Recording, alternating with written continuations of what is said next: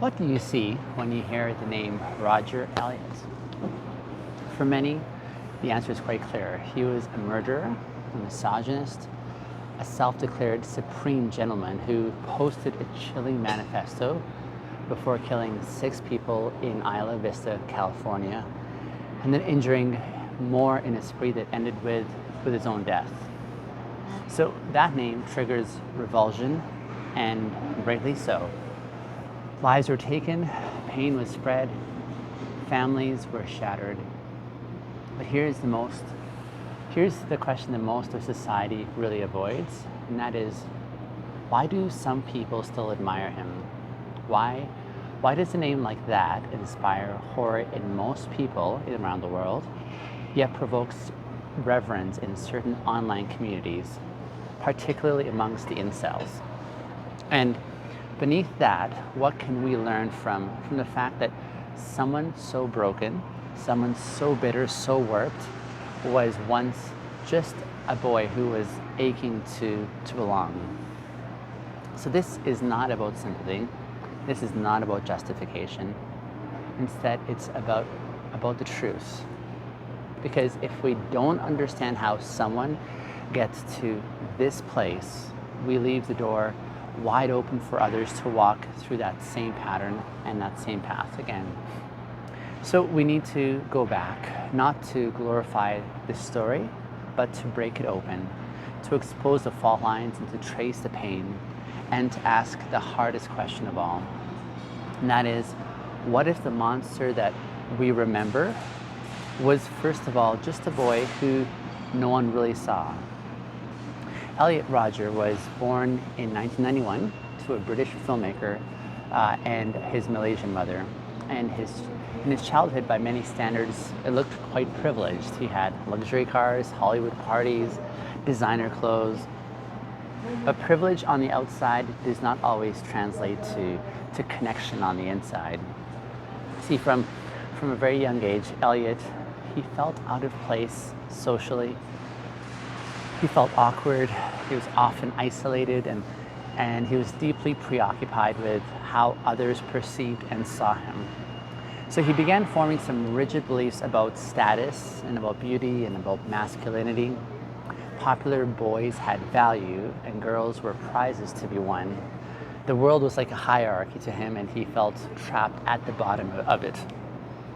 And his now infamous manifesto, which was called My Twisted World, Elliot laid bare a worldview that shaped not just misogyny, but belonging as well. And he wrote page after page about being excluded, about being ignored, laughed at, rejected.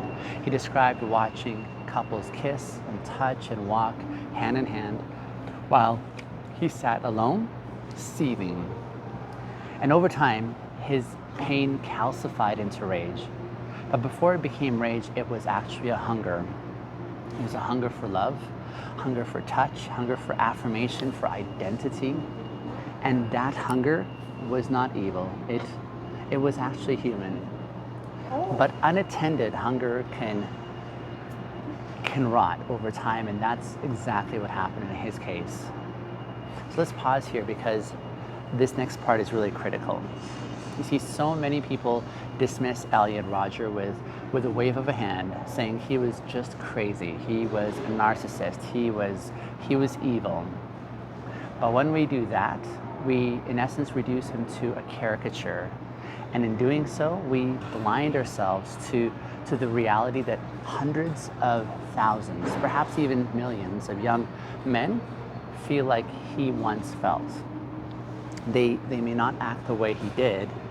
They may never pick up a weapon, but they carry this same pain and this same ache inside. They feel unwanted. They feel like no one sees them. They feel like the whole world is enjoying a party that they were never invited to. And when they find Elliot's manifesto, or when they find his YouTube videos, or even his digital shrine in certain forums, something inside of them lights up. And they say, finally, someone has said what I've been feeling.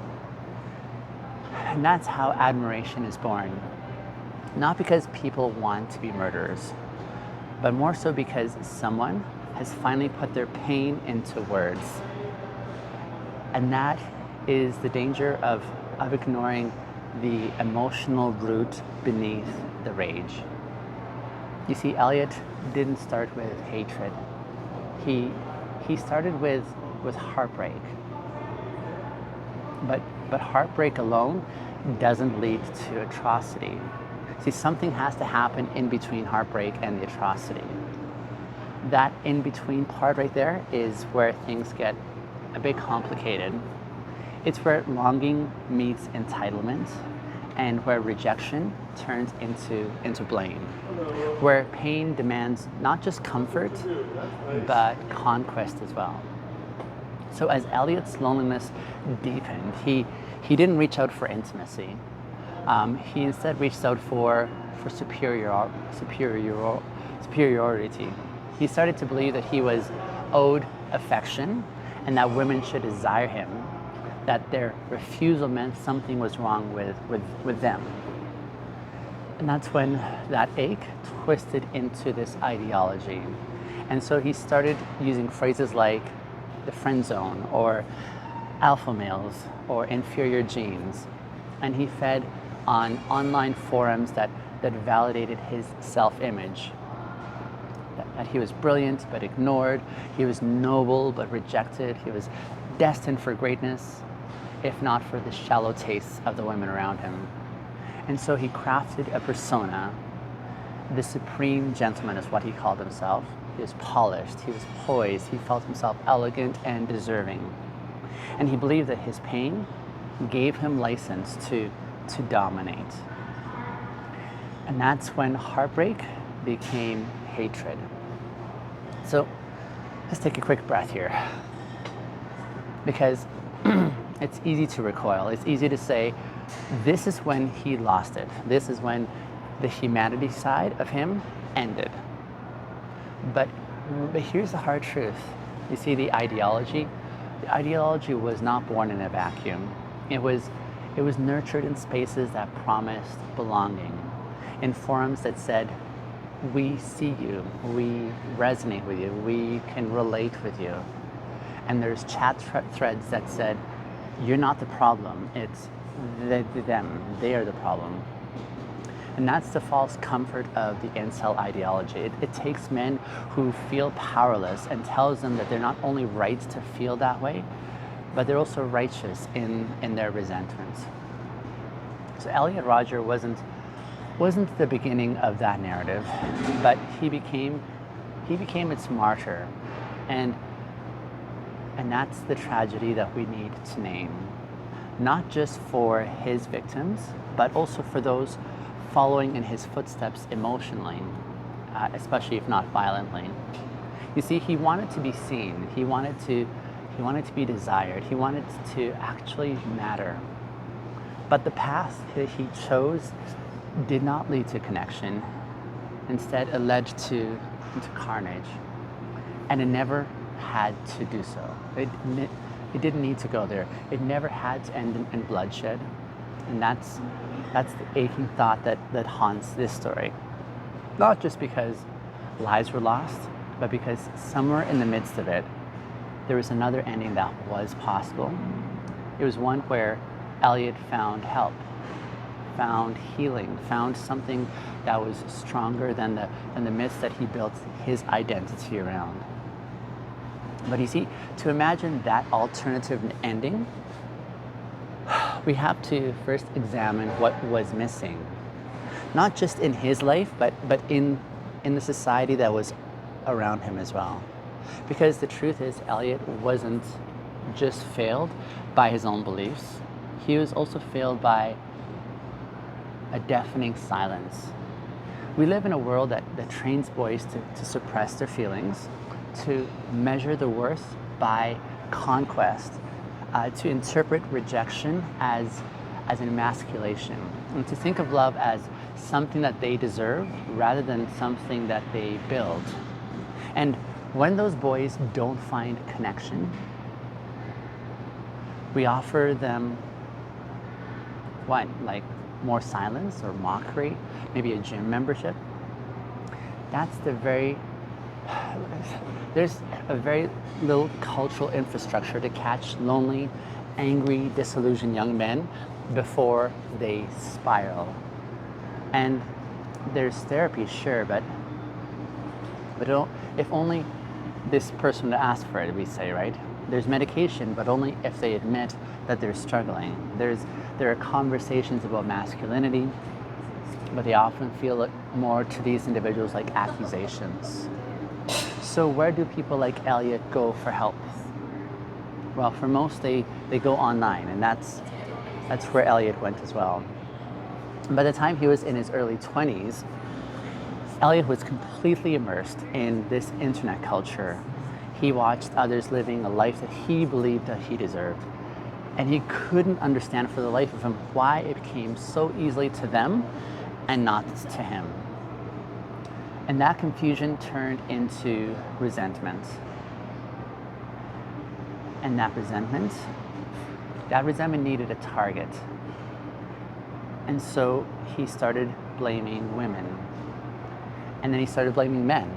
And then that progressed onto blaming society. But underneath it all, he still blamed himself. You see, that's the cruel paradox of this story. Even as he projected superiority, Elliot was drowning in shame. You see, he believed that he was unlovable. That no woman could ever want him, and that he was doomed to be alone forever. That his value would always go unrecognized. And that kind of belief does not come from malice. It comes instead from a pain that goes deep. And when that deeply sown pain becomes one's identity, it begins to warp everything around them and the way they see it. And let's talk a little bit about the Supreme Gentleman title that he took on for himself. You see, that phrase became a meme after Elliot used it in his videos. People mocked it, yes. They turned it into a punchline, a parody of self-importance. But let's look even deeper, though. What was Elliot actually trying to do with that identity? I think he was trying to matter. I think he was trying to turn rejection into righteousness, to turn the pain that he was experiencing into a form of power, to in some way reclaim the dignity that he felt the world had stolen from him. But it was still a mask that he was wearing. It was a fortress, it was a fantasy that he was concocting. And fantasy, when it's untethered from reality, can be very deadly. In one of his videos, Elliot sits in his luxury BMW. He has his sunglasses on and he's staring into the camera with cold precision. And he says, "I don't know why you girls aren't attracted to me," he said, "but I will punish you all for it." It's a very chilling thing to watch, but listen closely. You see, the first half is a question. It's a confession. It's more of a cry. And it says, "I don't know why you're not attracted to me." And that's not domination. That's desperation. And then comes the second half of the threat. "So I will punish you for it." That's the armor that he's putting on. That's the retaliation or the response to unanswered pain. And that's where we need to draw the line. Not between good men and bad men per se, but between pain that's met and pain that festers. Because here's the uncomfortable truth. Most men won't go on killing or doing so in a devastating way, but many will carry the same emotional blueprint that Elliot himself carried. They'll feel unchosen, right? They'll compare themselves to others around them, and they'll they'll interpret that their worth through sex or through status or through validation. And when they don't get it, they'll either turn inward into depression or they'll turn outward into anger. And neither path leads to healing. The only real path forward is intimacy. But it's not the kind that is sold on dating apps or in pickup lines. What I mean is a true kind of intimacy that reaches deep inside. The kind of intimacy that says, intimacy. This is how we're defining the word intimacy in this series, is intimacy. The kind that welcomes vulnerability. The kind that affirms worth before performance. It's a kind of intimacy that also partners with integrity, and the kind of integrity that we describe or define as aligning your inner values with your outer actions. It's that kind of integrity that asks, who am I becoming? Not just what can I get, but who am I going to be aligned with my values? And Elliot Rodger didn't have any of these anchors. He had isolation, he had entitlement, and a fantasy that he was operating off of, and that's why so many people in this community still idolize him, because they, in essence, share the same hunger, but they don't see any other way of how to deal with it. And now we must speak to those who do idolize him, not with judgment, not with mockery. I want to speak to you, though, with something far more dangerous to despair, and that's understanding. To those who see themselves in Elliot Rodger, who watch his videos and who feel seen for the first time, I want to say this to you. I want to say, you are not broken. You're not worthless. You are not cursed to be unloved indefinitely. Your pain is real. And your desire for longing is absolutely valid. And your ache to be chosen, it really matters. But the pathway that Elliot chose is not going to bring you what you need. Instead, it will only deepen that sense of void that you're experiencing. And you don't need to become powerful to be lovable. You don't need to be rich, or you don't need to be ripped, or you don't need to be ruthless. You don't need revenge. I think what you need is connection, and you need a space that can actually hold your shame without weaponizing it.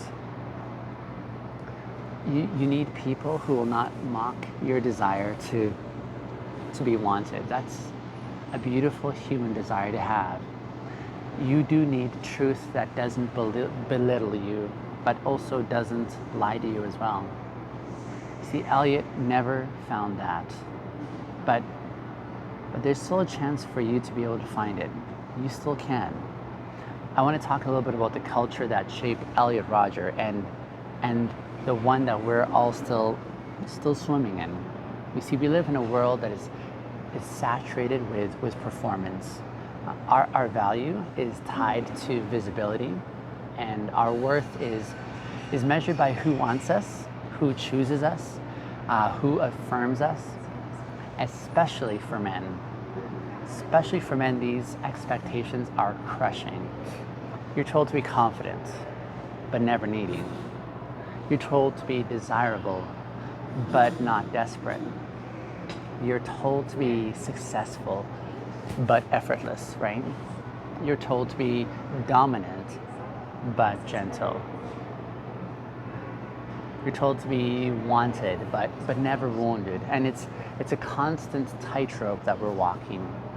And underneath it all is a core message, and that is, You're only as worthy as what you can get in this life. And if you don't get chosen, or if you're not desired, if you're passed over again and again,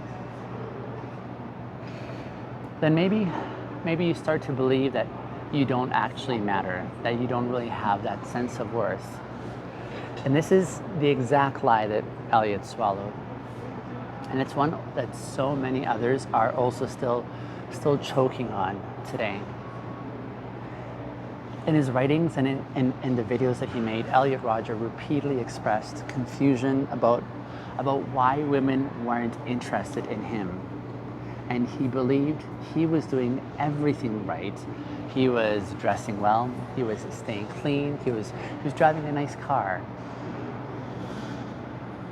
And he thought attraction was like a transaction.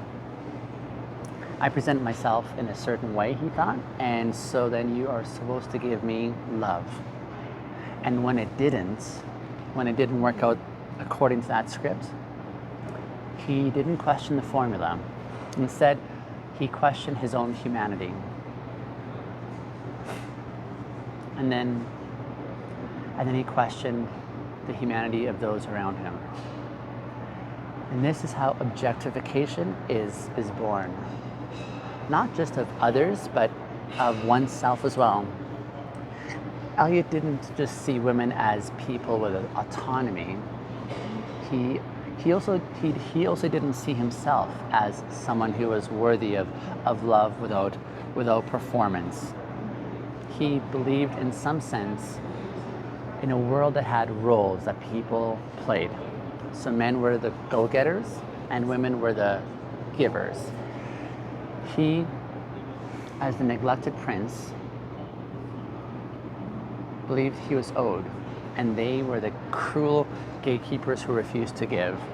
And when that myth collapsed, so did he. But again, the collapse didn't happen in isolation, did it? It happened instead in echo chambers that he immersed himself into. On the internet, especially forums like these places where hate was very much a part and later became a thriving incel culture. A place where he could nurse his wounds with others who felt similarly slighted. But instead of being encouraged to heal, he felt he was fed with blame and resentment and conspiracy that he passed on. And this is the danger of those online communities that center around pain without a shared sense of accountability. See, what they offer is, they offer a sense of comfort, but not clarity. They offer validation, but not a sense of vision.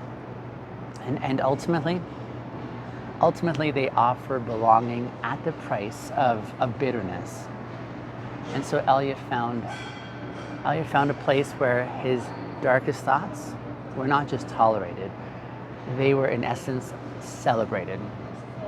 And that doesn't make him any less responsible, but it does make the culture around him, it makes that same culture complicit.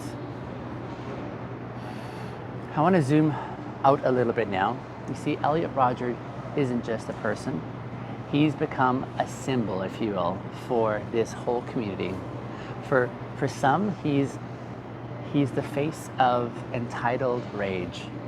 And for others, he's a misunderstood prophet. And for others still, he's a cautionary tale. But maybe he's something else too. And maybe he's like a mirror, not in his actions, but in the pain that he felt. Because amongst us, isn't there many of us that also have that same desire to feel chosen? Who hasn't wondered why they weren't enough, right? And who hasn't felt invisible in this world that's obsessed with the visible? This is the common thread that I see in his story and many of ours. The difference is not in the longing per se. This difference is more in what we do with that sense or desire for longing. In Elliot's case, what he did was he weaponized it. Others collapse underneath it. But some choose to face it and to feel it and to grow through it. And that's the path of integrity. That's the path of intimacy. And it's this path that I'm inviting people into as they're watching, because especially those who still feel unchosen, especially those who still feel neglected or passed by, because here's what's a really radical consideration. We don't reclaim our worth by being desired. We actually reclaim our worth by being honest with ourselves first. Honest about our loneliness, honest about our sense of fear, what strikes that fear, honest about our experiences of shame, honest about our hunger to be held and to be seen and to be known and to be loved, not just for what we do, but for who we are. That is not weakness, my dear listener. That's not beta. That's not failure in any stretch of the imagination. What this is human. And the more we dignify that humanity, those expressions of our humanity, the less seductive the lies of despair become. So where does this leave us? I think it leaves us with accountability. Elliot Rodger made choices, deadly and devastating choices. And he is fully responsible for those actions that he took. But I would say he's also understandable. And when we allow ourselves to understand that pain that is beneath the atrocity, then we start to be able to see the real battlefield. It's not one of violence, but it's one of neglect. And not one of hate, but one that it's more of unattended pain. And it's not one of ideology per se, but it's one of invisible need. See, the truth is, there are thousands of young men who are walking the same emotional path that Elliot once did. And they are feeling deeply alone. They are experiencing deep sense of shame. They're ashamed of that. And there's a strong currency of longing, and they're listening. They're listening to someone. And if that someone isn't speaking with compassion or speaking with clarity and truth, then they'll find the ones who speak with resentment and with distortion and with despair. And that's why this conversation is so necessary. This is why this conversation matters deeply. Not to redeem Elliot Rodger, but instead to interrupt this cycle that created his mold. See, we tell this story not to glorify it in any way. The purpose is not to shock, but instead to redirect, to point away from the path of blame and instead towards a path of courageousness. To say something like, you are not the sum of your rejection. You are not sentenced to a life of loneliness. And you do not have to follow a ghost into a darkness to feel like you're seen or that you matter, because there is another way. And this other way begins not with dominance, but instead it begins with dignity. It doesn't begin with rage or anger expressed, but instead with a reckoning. It doesn't begin with conquest, but with a sense of what connection could feel like. So let me just talk a moment here about what another possible way could be, because if we're going to humanize this story, if we're going to understand the pain and the ache without endorsing the actions, then we have to offer more than just a reflection. Instead, we have to offer direction. And that direction, I think it starts here. It starts where you do not need to be chosen to be valuable. See, that's the lie that the poison Elliot Rodger from the inside out. It's the lie that says that your worth is confirmed by other people's approval. That if you're not attractive, or if you're not wanted, or if you're not desired, then you don't matter. And this lie doesn't just live in incel forums. No, this lie actually lives in advertising, right? This lie lives in social media. It is in the schoolyard, where you see various hierarchies at play. It's on the dating apps as well. This lie is healthy and thriving in locker rooms, and also in the silence. It's basically everywhere. But it's not true, because the reality is that you mattered before you were even wanted. You mattered even before no one desired you. And you matter when the world looks away and doesn't pay any attention, because you are not a product. You're not a prize. You're not a burden either. You're not a failure for wanting and waiting to feel that you're fixed. What you are is you're a human being who is aching and longing for connection. And that longing, that ache, deserves care and not contempt. But here's the second part of this truth, and that is that you are responsible for what you do with your pain. And no one owes you their body. No one owes you their love. And no one owes you admiration, for that matter. But you owe yourself honesty.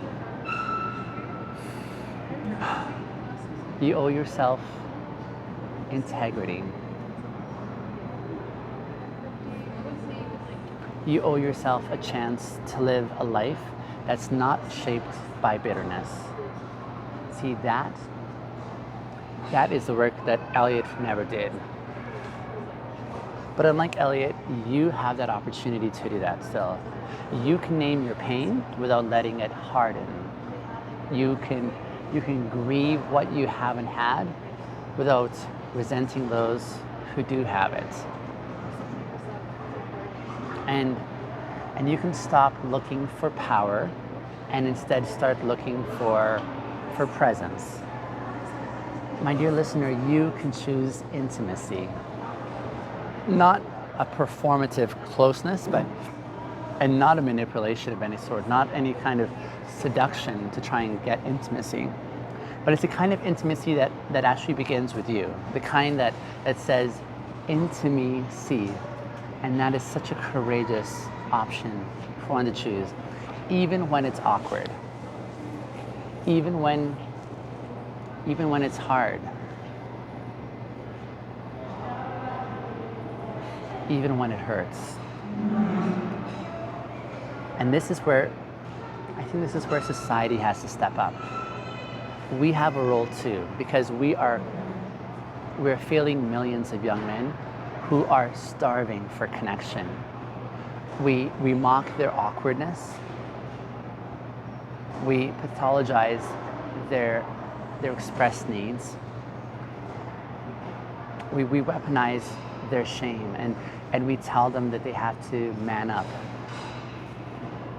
And we tell them to try harder, to just get over it.